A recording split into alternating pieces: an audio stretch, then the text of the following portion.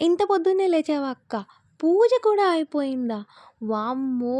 బాక్సులు కూడా కట్టేసావా అక్క అనుకుంటారేమో. నేను 4కే లేచారా హైదరాబాద్ ఎళ్ళడానికి. హాస్పిటల్ చెకప్‌కెళ్ళాలి మమ్మీకి. నేను పొద్దున్నే లేచేసి అన్నీ చేసేసి స్నానం కూడా చేసేసా. మీరు లేచే లోపల నేను కారు కూడా ఎక్కేసా. నేను కారు ఎక్కే టయానికి 6 అవుతుంది టైము. బయట చలి పెడుతుంది. ఇంట్లోనేమో ఉడకబోత్తాంది. బయటేమో చలి పెడుతుంది.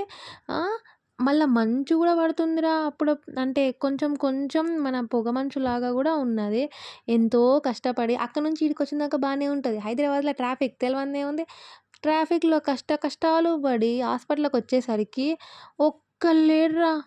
అంటే "ఏ టయానికొచ్చినావు అక్క నువ్వు" అంటే 8:30 వరకు హాస్పిటల్‌లో ఉన్నాము డాక్టర్ దగ్గరికి.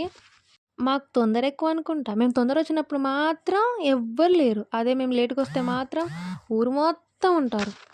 అదేంటో దరిద్రం. బోన్సాయి మొక్కంటారు దీన్ని తెలుసా? అలా లోపలికెళ్ళి బయటకొచ్చే లోపల మొత్తం నిండిపోయారండి జనాలు. అక్క మళ్ళెక్కడికెళ్తున్నావు అనొద్దు. నెక్స్ట్ వ్లాగ్‌లో చెప్తా ఎక్కడికెళ్తున్నాం అనేది.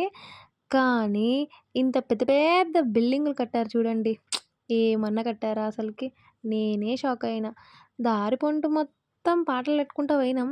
సో, బానే ఉంది ఇక్కడి వరకైతే.